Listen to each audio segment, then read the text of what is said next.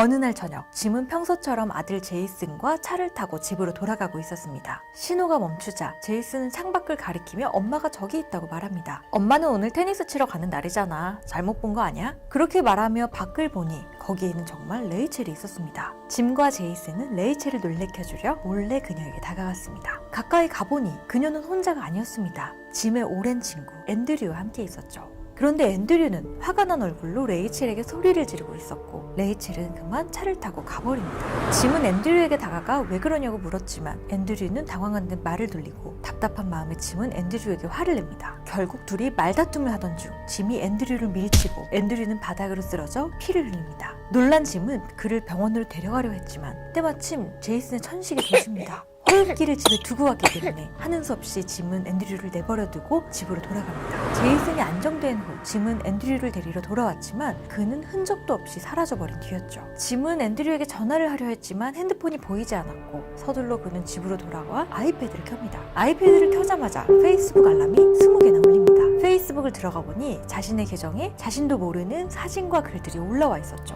그와 앤드류가 싸웠던 장소가 태그된 채로요. 자기가 떨어뜨린 핸드폰으로 앤드류가 페이스북 포스팅을 했다고 생각하자 짐은 정말 화가 났고 아내 레이첼을 불러 따집니다. 오늘 앤드류를 왜 만났냐고 말이죠. 레이첼은 직원 해고 문제로 상담할 게 있어서 앤드류를 만났는데 회사 기밀이라 말할 수 없었다고 미안하다고 합니다. 잠시 후 앤드류의 아내 벨라가 짐의 집으로 찾아옵니다. 앤드류가 짐을 죽여버리겠다며 엽총을 가지고 나가서 사라진 뒤로 연락이 끊겼다고 말이죠. 그렇게 앤드류는 돌아오지 않았고 이들은 경찰에 실종 신고를 합니다. 앤드류가 사라지기 전 마지막으로 그를 본 짐과 레이첼은 경찰에 조사를 받게 됩니다. 이때 레이첼이 수사 도중 뜻밖의 그동안 앤드류가 자신에게 치근덕대 왔고 키스까지 했다고 고백합니다. 짐은 말할 수 없는 배신감에 휩싸입니다. 며칠 뒤 짐과 레이첼 부부 앞에 벨라가 다시 나타납니다. 그리고 레이첼에게 화를 내며 앤드류의 방에서 이런 게 나왔다고 화를 냈죠. 자세히 보니 그건 앤드류의 세컨드폰. 거기에는 레이첼이 보낸 누드 사진이 잔뜩 들어있었습니다. 짐은 화가 머리끝까지 났죠. 마침 앤드류가 짐을 문자로 호출하고 짐은 앤드류를 만나러 나갑니다. 하지만 약속 장소에 있던 것은 앤드류가 아닌 경찰들. 경찰은 정황상 앤드류가 죽은 것으로 보인다며 짐을 용의자로 체포합니다. 짐과 앤드류가 주고받은 문자 IP가 같은 곳으로 떴기 때문인데요. 경찰은 짐이 앤드류를 죽이고 자작극을 벌이고 있다고 생각합니다. 하지만 앤드류를 만나러 나갔던 짐은 혼란에 빠집니다. 그것도 죽인 사람이 자신이라니. 짐은